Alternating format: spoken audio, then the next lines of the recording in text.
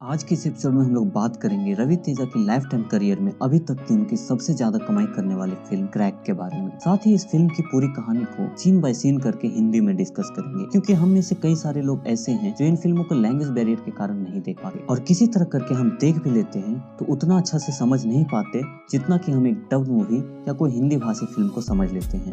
पर आज आपकी यह समस्या को हम समाप्त करने वाले हैं, क्योंकि आज हम क्रैक मूवी को पूरी हिंदी में ही समझेंगे। वीडियो थोड़ी लंबी हो सकती है, पर आप मेरा विश्वास कीजिए कि अंत तक आपको यह मूवी पूरी तरीके से समझ आ जाएगी। इस मूवी को हिंदी में समझने से पहले जान लेते हैं कि यह मूवी कैसी है। देखिए, इस मूवी में हमें एक पुलिस ऑफिसर के साथ घटने वाली 3 घटनाओं को एक साथ कुछ इस प्रकार से दिखाया गया है कि देखते देखते यह मूवी कब खत्म हो जाती है हमें पता भी नहीं चलता। रवि तेजा सर की जबरदस्त एक्टिंग, उनकी कॉमेडी टाइमिंग, उनका एक्शन हमें इस प्रकार से इंगेज कर देती है कि हम मूवी को छोड़कर 2 सेकंड के लिए भी नहीं जाना चाहते। यह मूवी सीरियस तो है ही, लेकिन इसके कॉमेडी पंच लाइन्स का तड़का इसके कहानी में 4 चांद लगा देती है।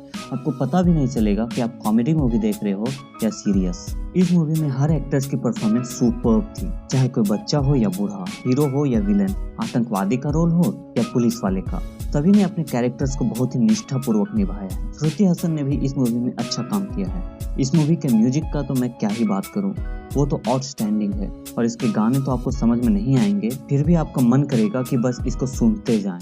कुल मिलाकर बात करें तो डायरेक्टर्स ने हमारे सामने कहानी को कुछ इस प्रकार से लिख कर पेश किया है कि हम एक एक सेकंड से एंटरटेन होते हैं। आइए अब इसकी कहानी को हम शुरू से अंत तक समझते हैं। कहानी की शुरुआत एक वॉइस ओवर से होती है, जहां हमें बताया जाता है कि आमतौर पर प्लैनेट्स का घूमना, दिन रात होना जैसी घटनाएं हमारे जीवन को प्रभावित करती है, और हम 1 मिनट भी यदि इनके अनुसार नहीं चलते तो हमारे जीवन में काफी विपत्ति आ जाती है। फिर वॉइस ओवर कहता है कि नहीं समझ में आया तो चलो पृथ्वी पर, और वहाँ हमें रोड पर 50 का नोट, एक आम और एक कील एक साथ में दिखाई देते हैं। फिर हमें बताया जाता है कि इन तीनों घटनाओं के पीछे एक पुलिस वाले का हाथ है। कौन सी 3 घटनाएं, ये आपको आगे पता चल जाएगा। अब कहानी आगे बढ़ता है और एक न्यूज जर्नलिस्ट तिहाड़ जेल में एक बहुत खतरनाक आतंकवादी का इंटरव्यू करने आती है। जर्नलिस्ट अंदर जाती है और कैदी को इंटरव्यू के लिए बुलाया जाता है, पर आतंकवादी यह इंटरव्यू करने से मना कर देता है और कहता है कि यदि मेरे साथ इंटरव्यू करना है तो तुम्हें मुझे पैसे देने होंगे। जर्नलिस्ट अपने बॉस को ये बात बताती है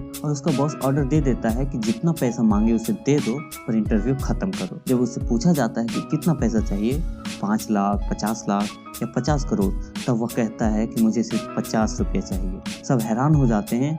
तब वह अपनी कहानी बताता है कि वह कैसे इस जेल में सिर्फ 50 रुपए के चलते अंदर आ गया। अब फिल्म थोड़ा सा पीछे जाती है और उसकी कहानी बताने लगती है, और वहाँ हमें पता चलता है कि यह बहुत बड़ा आतंकवादी है जिसका हाथ बॉम्बे के ब्लास्ट में भी था, और अब कई सालों बाद ये फिर से इंडिया आया है।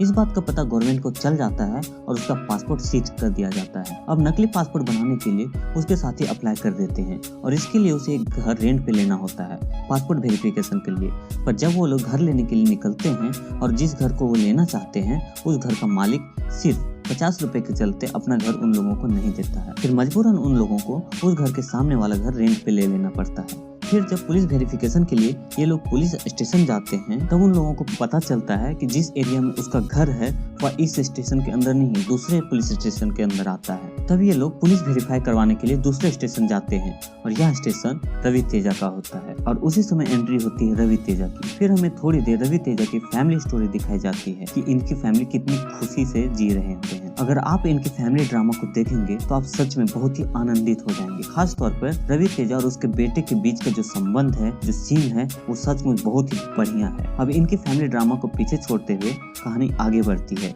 जहाँ रवि तेजा पुलिस स्टेशन जा रहे होते हैं और उन्हें रास्ते में कांस्टेबल मिलता है जिसकी स्कूटी खराब हो चुकी होती है। यह कांस्टेबल पासपोर्ट वेरिफिकेशन के लिए उसी आतंकवादी के घर जा रहा होता है। स्कूटी खराब देखकर रवि तेजा उसे लिफ्ट दे देते हैं और उसके साथ वो भी पासपोर्ट वेरिफिकेशन के लिए चले जाते हैं, पर वहाँ पहुंचकर कांस्टेबल वेरिफिकेशन के लिए अंदर भेज देते हैं और स्वयं बाहर उसका वेट करते रहते हैं। कांस्टेबल वेरीफाई करके बाहर आ रहा होता है कि अचानक वह बाइक से टकरा जाता है। टकराने से बाइक के हाथ वाला कपड़ा नीचे गिर जाता है। कांस्टेबल कपड़ा उठाने उसकी हेल्प कर देता है और फिर कांस्टेबल और रवि तेजा दोनों स्टेशन आ जाते हैं। स्टेशन आते ही रवि तेजा को ध्यान आता है कि जिस घर में वेरिफिकेशन के लिए वो लोग गए थे वो हिंदू था पर कपड़ों में बुर्का था। तब रवि तेजा को कुछ गड़बड़ होने का एहसास होता है, इसलिए रवि तेजा फिर से उसके घर जाता है। उसके घर जाते ही उसका शक यकीन में बदल जाता है। फिर वहाँ थोड़ा सा फाइट सीन होता है।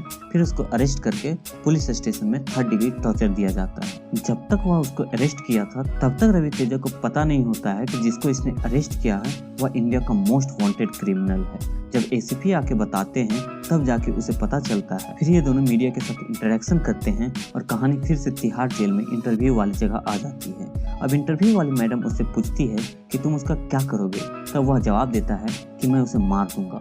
तो वो फिर पूछती है कि तुमको पता है कि वो कहाँ है। वो कहता है हाँ, उसका ट्रांसफर CIA के रूप में जिस जगह हुआ है वह मुझे पता है। फिर हमें मूवी दूसरी कहानी के बारे में बताया जाता है, कोंडा रेड्डी के बारे में। कोंडा रेड्डी बहुत ही गुस्सैल किस्म का व्यक्ति रहता है, जिसे जो चीज पसंद आ जाए वह उसे लेकर आता है और अगर उसके कोई भी सामान पर कोई दूसरा व्यक्ति हाथ भी लगा देता है उसका गुस्सा बहुत ही ज्यादा बढ़ जाता है। एक दिन एक बच्ची उसके बगीचे में आम तोड़ रही होती है तो उसने अपने 2 पालतू कुत्तों को उसके पीछे छोड़ देता है, जिससे वह बच्ची पूरी तरह से घायल हो जाती है। घायल बच्ची के पेरेंट्स उस पर केस कर देते हैं और केस रवि तेजा के पास चला जाता है। यही बताने के लिए वहाँ के एसीपी उसे कॉल करता है तो वह उसे मजाक में लेते हुए केस तो बाल की तरह है यह कहता है, यह तो आते जाते रहेंगे, इसमें कौन सी बड़ी बात। तब वह एसीपी उसे बताता है कि यह केस कोई ऐरा गहरा केस नहीं है।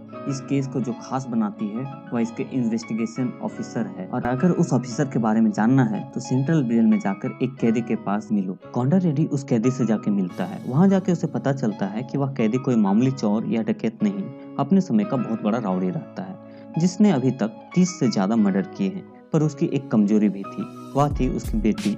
उसकी बेटी के बारे में कोई कुछ बोल देता था तो वह उसका जान ले लेता है। अभी तक हमने कहानी का आधा भाग जान लिया है। चूंकि यह वीडियो बहुत लंबी हो रही थी इसलिए हमने इसको 2 पार्ट में करने का प्लान बना लिया है। दूसरा पार्ट बहुत ही जल्द अपलोड की जाएगी। तब तक आप चैनल को सब्सक्राइब करके बेल नोटिफिकेशन